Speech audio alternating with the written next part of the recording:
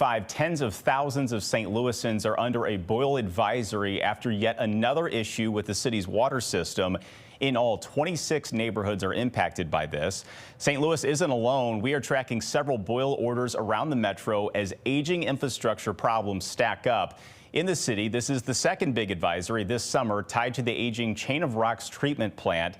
We were first to take you inside that plant where we found corrosion, rusty pipes, and leaking water. Well, our Marshall Farmer is live at 5 from South City learning the cause of this latest issue. Marshall?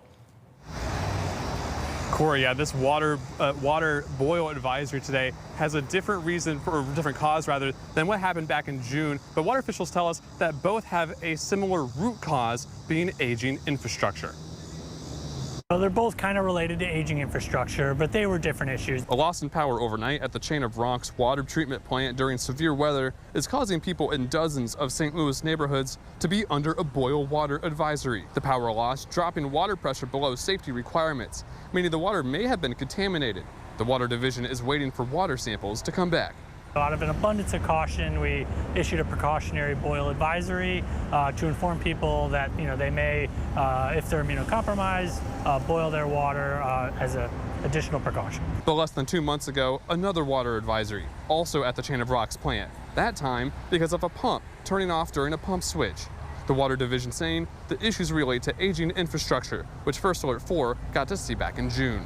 We spent the day talking with people that live and work in the impacted areas. People living here telling me that they've become used to the repeat issues, and the people that work here telling me that they've adapted to the loss of water.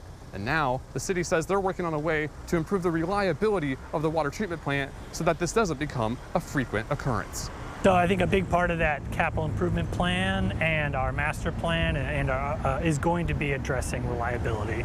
And so reliability at the plants would be part of it, and we would hope implementing those things improves our ability to maintain reliable service.